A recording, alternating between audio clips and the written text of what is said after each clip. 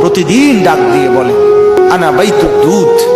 প্রত্যেকের কবর প্রত্যেককে ডেকে বলে, ও আল্লাহর বান্দা, জানো আমি পোকামাকড়ের ঘর, পোকামাকড়ের ঘর।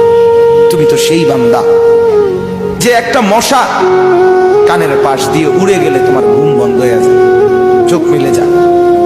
একটা মশার গুনগুন আওয়াজ সহ্য করতে পারো না, একবার কয়েল, একবার অ্যারোসল, একবার মশারি, এরপরও তুমি চাও যে একটা মশাও যেন আমার কানের কাছে গুনগুন না করে। তো 5 ঘন্টার ঘুমের জন্য, 6 ঘন্টার ঘুমের জন্য বান্দা এই যত্ন নিলা, অনন্তকাল কিংবা বছরের পর বছর কবরের যে ঘুম দিবা, পড়ে থাকবা সেই ঘরে, পোকা মাকড়ের ঘর, সেই ঘরে তুমি ঘুমাইবা কেমনে থাকবা? আমার বাপ, আমি থাকবো কিভাবে? আমি বলে ভাবেন।